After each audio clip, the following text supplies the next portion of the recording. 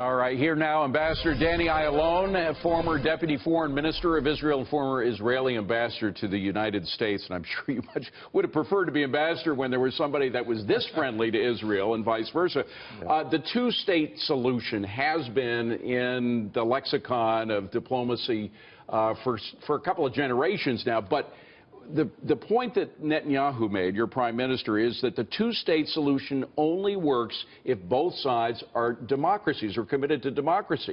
Clearly, the Palestinian, where you're talking about Hamas or the Palestinian Authority, they don't have a background of respect for democracies, right? Absolutely. And David, you really touched the point. The two-state solution has been tried by 6 or 7 American presidents, actually since '67, since Johnson and on.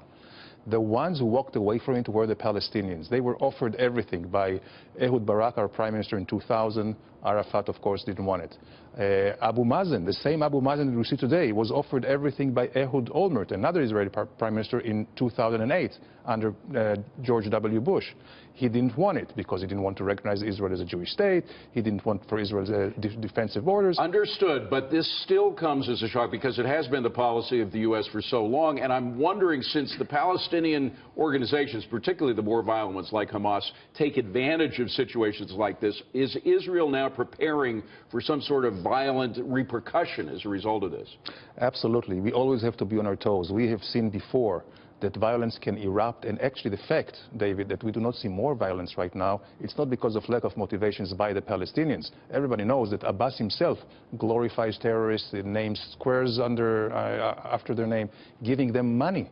The money that the U.S., the money that the international community gives the Palestinians. That kills us. That kills American taxpayers. We work hard for our money. We don't want to give it to terrorists. So, let me just ask you, they weren't agreeing on everything. On Israeli settlements, there was kind of an awkward moment. Let me just play that and get your reaction. Go ahead.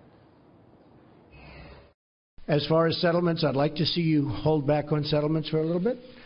We'll work something out, but I would like to see a deal be made. But Bibi and I have known each other a long time. A smart man, great negotiator, and I think we're going to make a deal. So let's see what we do. Let's try it. Doesn't sound too optimistic, but that's he's a good negotiator. That's the art of the deal. Not only not optimistic, but he seemed to be caught kind of flat-footed by that comment by the president. He was caught by surprise, but if anybody... Were you as well? Yes, but if anybody, David, if anybody can ask Bibi Netanyahu or Israel to kind of hold on settlements, is Trump, because of his great, let's say, friendship. We know he has our back.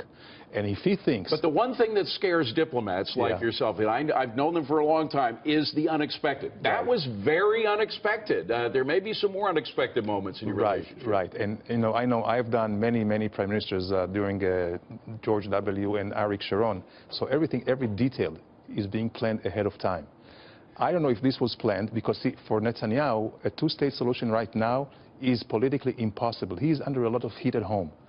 So I'm sure that they asked Trump not to mention it, but unless... You can't tell Donald Trump what to do. Exactly. Unless it was all pre-staged, that Trump would say it kind of, you know, in a... That seems a little too clever by half. Maybe. You never know. But the fact of the matter is that it was the Palestinians right now, and I think with Trump, that's the big they are the obstacle. It's not Israel, it's not settlements. Settlements is one issue of many other issues that, you know, and you cannot cherry pick. You have to put everything on the table and negotiate. But good luck. I pray that there's not violence to come in that, because that's the way they usually react. Ambassador Ayalon, good to see you. Thank you very much for being here. Melissa.